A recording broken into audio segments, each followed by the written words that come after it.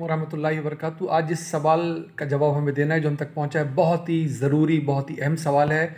सवाल यह है कि हमसे क्या तकाजा गया है कि हम उस रास्ते को तलाश करके उस पर चलें जिसे हम सिरात मुस्तकीम कहते हैं, या फिर हमें लोगों की तरफ जाना है। अल्लाह ताला ने लोगों के बारे में हमसे दुआ मंगवाई है और लोगों के बारे में निशानदही की है, जिनको हम अपनी ज़बान में आमतौर पर आजकल आप सुनते हैं कि ये फ़लाँ अल्लाह वाले हैं, ये फ़लाँ अल्लाह वाले हैं, जिनको हम इनाम याफ्ता लोग समझते हैं। या फिर हमें अल्लाह ताला ने कहा है कि उस रास्ते पे चलने की तौफीक मांगो जिस रास्ते के लिए दुआ मांगी जाती है फ़ातिहा में। ये फ़ातिहा में जवाब बिल्कुल वाज़ेह तौर पे अल्लाह ने पहले ही दिया हुआ है। फ़ातिहा के सूरह फ़ातिहा के बारे में हम जो हमारा कुरान प्लेलिस्ट में मौजूद है सीरीज़, उसमें पहला प्रोग्राम ही सूरह फ़ातिहा पे हमने किया है।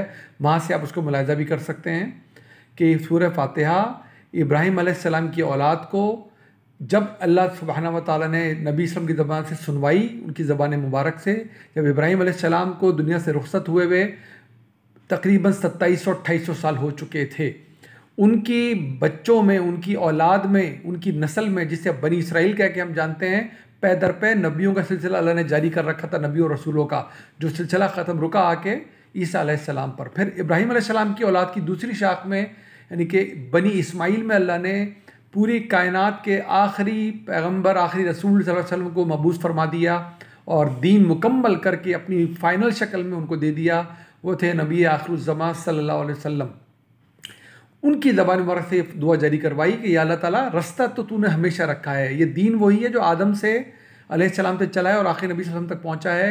रास्ता तूने हमेशा रखा है, जो जो इस रास्ते पे चला है वो इनाम याफ्ता हुआ है। जिसने इस रास्ते से सरकशी इख्तियार की है वो गज़ब का हक़दार हुआ है, और जिसने जानबूझ के भले अच्छाई की नीयत ही क्यों ना हो इस रास्ते को छोड़ा है, अपना कोई रास्ता बनाया है, वो भटक के रह गया है। तो ये मालूम तारीख़ में भी 2700-2800 साल की तारीख़ थी, जो रोशन तारीख़ है इब्राहीम अलैहिस्सलाम की औलाद की, जिसमें जो किताबें हैं वो आज भी मौजूद हैं, तौरात भी, ज़बूर भी, इंजील भी। तहरीफ उनमें हो गई लेकिन मौजूद हैं।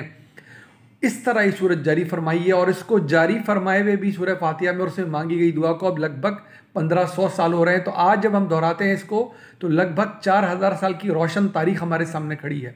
क्या दुआ मांगी अल्लाह ताला से? हमने मांगी है इहदिनस सिरातल मुस्तकीम, हमें उस रास्ते की तरफ रहनुमाई कर दीजिए। किस रास्ते की तरफ? जो मुस्तकीम है, सीधा है और आपकी तरफ हमें पहुँचा देता है। ये रास्ता हमेशा से अल्लाह के नबियों की आवाज़ से मिलता है, और आखिरी नबी सल्लल्लाहु अलैहि वसल्लम की ने जो मुनादी की है, ये रास्ता वो मुनादी है। इस दुआ को कबूल करके अल्लाह सुब्हानहू व तआला ने कुरान इनायत फरमा दिया हमारे नबी सल्लल्लाहु अलैहि वसल्लम को, और क्या उसकी कमाल मेहरबानी के रहती दुनिया के हर शख्स को उसने कुरान अता फरमा दिया, यानी कि वो सिरात अस्सिरातल मुस्तकीम, वो सीधा रास्ता उसने इनायत फरमा दिया। और उस पर चलने का तरीका, उसमें जो जो अमली आपको नमूने चाहिए थे वो उसी आखिरी नबी सल्लल्लाहु अलैहि वसल्लम के ज़रिए वो भी जारी करवा दिए। दोनों हम तक पहुँच गए हैं। सहाबाए कराम की जमात ने अपना हिस्सा इसमें डाल दिया। आज भी जब आप कुरान पढ़ते हैं तो पूरे यकीन से पढ़ते हैं कि वही कुरान है जो अल्लाह सुब्हानहू व तआला ने नबी सल्लल्लाहु अलैहि वसल्लम की ज़बान से जारी करवाया। आज भी जब आप नमाज़ पढ़ते हैं तो उसी यकीन से पढ़ते हैं वही नमाज है, वही दीन के सारे अमाल हैं जिनको हम सुन्ना कहते हैं, जो नबी सल्लल्लाहु अलैहि वसल्लम ने करके नमूना दिखाया और उस दरख्शंदा जमात ने अपना हिस्सा डालकर हम तक पहुँचा दिया। जब ये कहा कि वो रास्ता जिस पे इनाम याफ्ता लोगों का रास्ता, तो अल्लाह ताला ने ये बताया है कि तुम ढूंढो इनाम याफ्ता कौन होंगे। अल्लाह ने बताया जिस दिन तुमने रास्ते को पहचान लिया, इस पे जो जो पहले भी चला है उसको अल्लाह ताला ने इनाम से नवाजा, और आइंदा भी जो जो चलता रहेगा इनाम से नवाजा जाएगा। किस किस को अल्लाह ने माजी में इनाम से नवाज दिया? जब ये दुआ सुनाई गई, किस किस को नवाज दिया अल्लाह ताला ने, वो उसने कुरान में बताया है।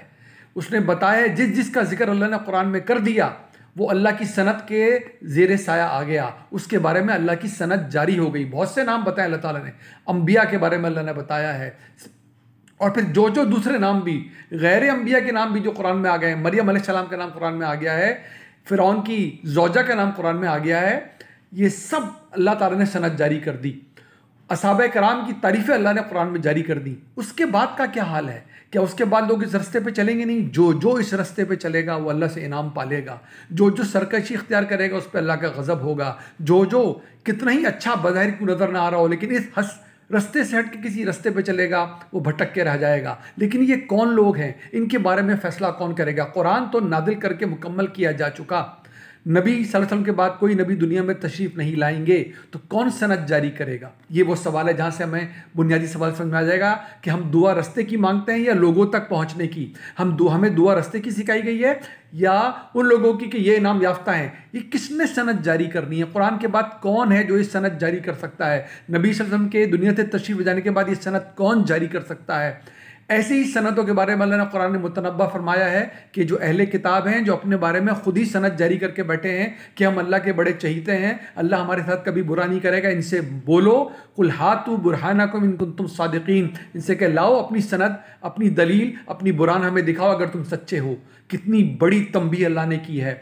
अल्लाह ताला ने रहती दुनिया तक बताया है तुम्हें अब दुआ मांगनी है, इसकी तौफीक की दुआ मांगनी है, इस पर अमल करना है, और अमल करते हुए तुम्हारा रवैया होना चाहिए कि मुकम्मल अच्छी उम्मीद के साथ कि जो कुछ भी अच्छे अमाल तुम कर रहे हो अल्लाह कबूल करेगा, और मुकम्मल ख़बरदारी के साथ कि अभी उसने कबूल की नहीं है, वो क़यामत में ऐलान करेगा। कुरान और क़यामत के दरमियान, आखिर नबी सल्लल्लाहु अलैहि वसल्लम और क़यामत के दरमियान अब कोई जी रूह दुनिया में नहीं है जो ये सनद जारी कर सके किसके अमाल अल्लाह ने, किसका ईमान अल्लाह ने, किसका इस्लाम अल्लाह ने कबूल कर लिया। बहुत मुतनब्बा रहें इस बात से। जो कोई भी ये ऐलान करेगा, तासुर देगा, वो नाउज़ु बिल्लाह अल्लाह की कुर्सी पे बैठने की कोशिश करेगा। सबके बारे में अच्छी उम्मीद है, क्यों ना उम्मीद अच्छी रखी जाए। अल्लाह ने कहा है मुकम्मल उम्मीद के साथ मुझे पुकारो। सूरह अल-आराफ में क्या बयान कर दिया उसने कि मुकम्मल उम्मीद के साथ मुझे पुकारो, लेकिन मुकम्मल ख़बरदारी भी।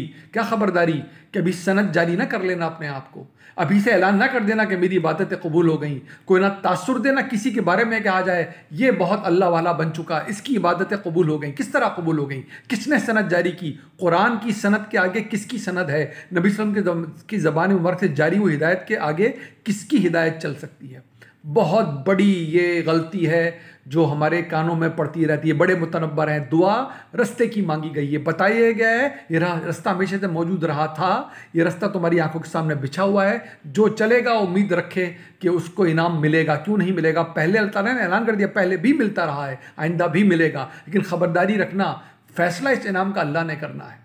ये कोई इंसान फैसला, कोई ज़ीरू फैसला नहीं कर सकता। आखिर नबी सल्लल्लाहु अलैहि वसल्लम की दुनिया से रह जाने के बाद, कुरान के मुकम्मल हो जाने के बाद क़यामत तक इंतज़ार करना पड़ेगा। वहाँ जाके वो दरबार लगेगा अल्लाह सुब्हानहू व तआला का, जहाँ फैसला किया जाएगा कि ये 8 घंटे की नमाज़ पढ़कर आया है 2 मिनट की, इसने 365 दिन रोज़े रखे हैं या सिर्फ रमज़ान में रखे हैं, जो कुछ भी है वो वहाँ जाकर सनद जारी की जाएगी कि कबूल किया गया या नहीं किया गया। दुनिया में कबूलियत की डिग्री कोई जारी नहीं कर सकता।